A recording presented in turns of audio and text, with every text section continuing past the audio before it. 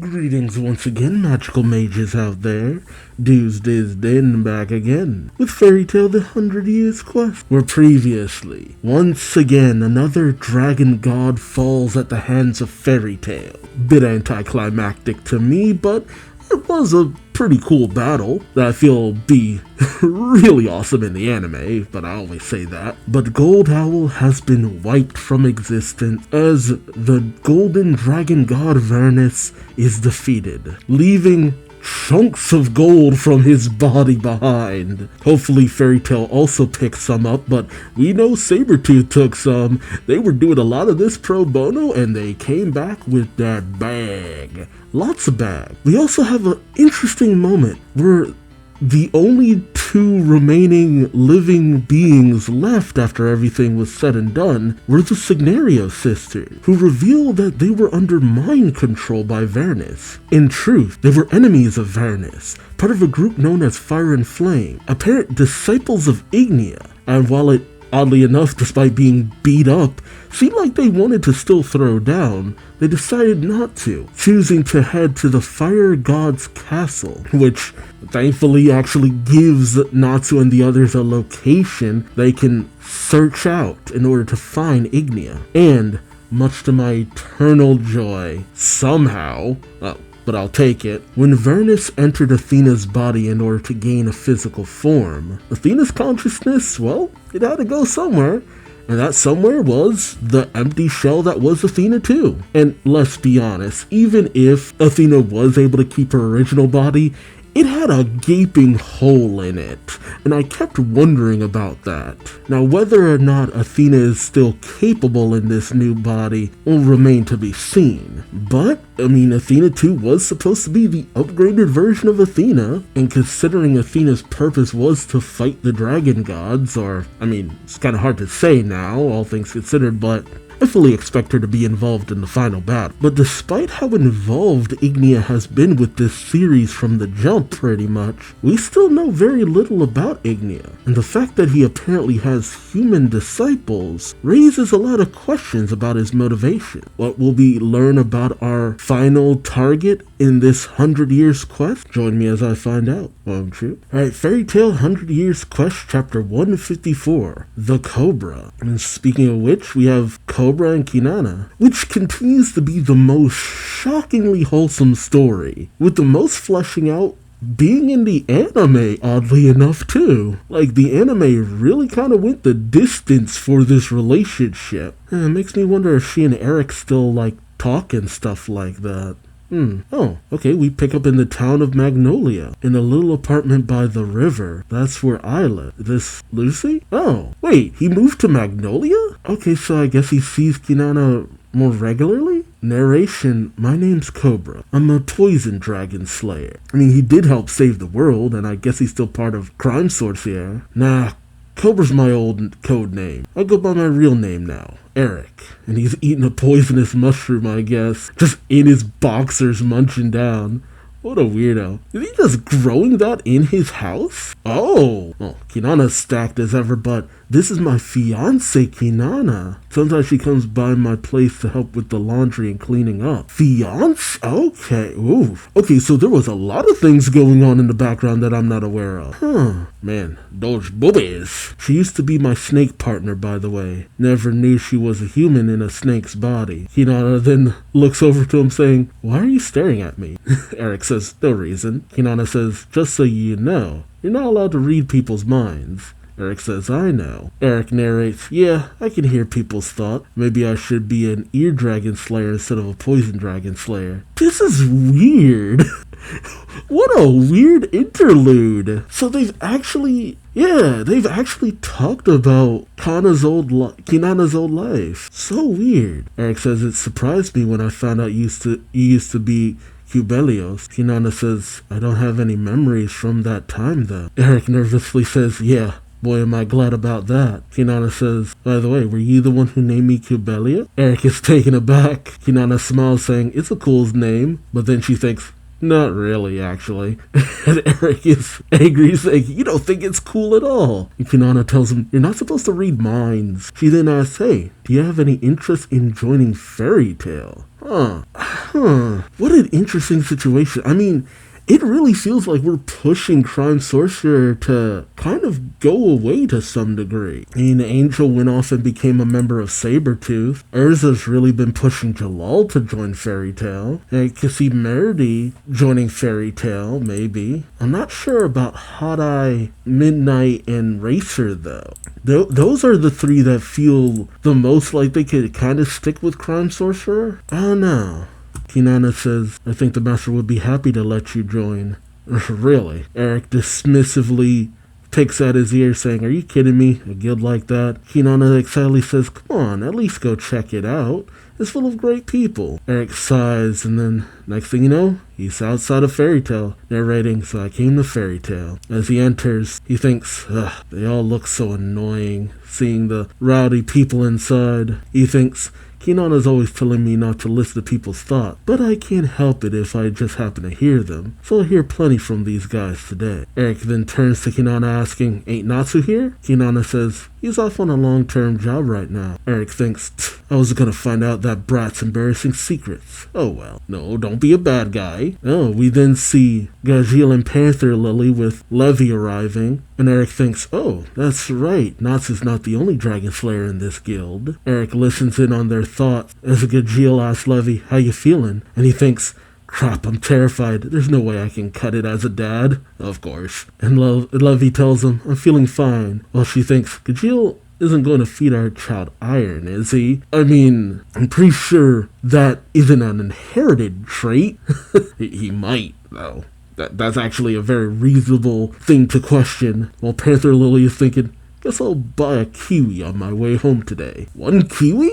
Eric thinks to himself, I can hear ya. But go on then. These two next, as he spots Kana talking with Juvia. And while Kana is small-talking Juvia, who says that's surprising, Kana's thoughts are filled with alcohol, and Juvia's thoughts are filled with love of Grey. And Eric, overhearing that, thinks, wish I hadn't heard that. We then see Jeet and Deroy, with Jeet questioning Deroy, Levy's getting hitched, huh? Oh, so they're officially getting married. Jeez. Things are really moving on for characters. And while Jeet says that, his thoughts are, damn it, I liked her too. Oh, these poor guys. Stop simping. Go live your old lives. While Deroy says, yeah, good for her. But his thoughts say, wonder if it's too late to steal her away. It's much too late. She's literally having the guy's baby. Dude. Come on. Everybody needs to have a limit on how far they'll pursue something or someone. Eric thinks this guild's over.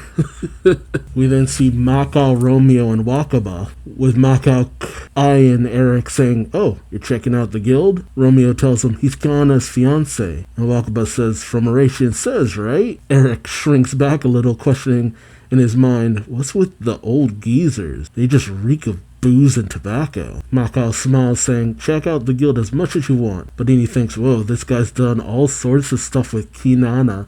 Ew, bro, ugh. Then again, there's definitely people who think like that. Wakaba gives him a salutation saying, we're a good guild. But his thoughts say, lots of girls here show plenty of skin. Oh god. While Romeo thinks, who's stronger, this guy or Natsu? And Eric can't help but just shout, me! And the three of them question, huh?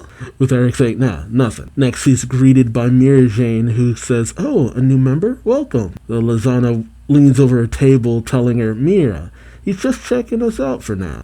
Oh god, their thoughts. Mira Jane's thoughts are, what should I make for dinner tonight? While Lizana's thoughts are, I hope we have curry for dinner tonight. And Eric just thinks, so boring. In comes Elfman with a man! Is Eric saying, whoa, who's this guy? But Elfman leaves in saying, enjoy yourself. I can't stop thinking of him with All Might's voice because of the dub. Oh god. But Elfman's thoughts say, if he lays a hand on the girls, he'll be sorry. And Eric thinks, seems like a good guy. Like I'd touch them anyway. Oh, and then there's the Thunder God tribe. Oh god. Freed's thoughts are, is this guy going after Laxus? Oh god. Evergreen's thoughts are, is he going after Elfman? While Big Slow's just laughing in his mind. Big Slow is just head empty, no thoughts. Oh man. Oh Jesus Christ. Then in comes Laxus, intimidating as all get out, just stepping right up on Eric. Laxus asks, hey, you were with us when we fought Acnologia, right? Eric says, yeah? And then Laxus's thoughts are, I could kill this guy in 10 seconds. No, I could do it in 5. Jesus, Laxus! Wow! Why is that? Then again, no. That would be the first thoughts going through his mind.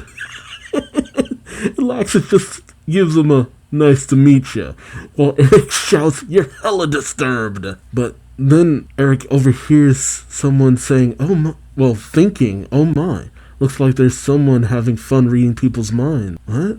Oh god, I didn't even think about it because... Oh, no, yeah. Eric is startled. He thinks, who is it? They know about my power?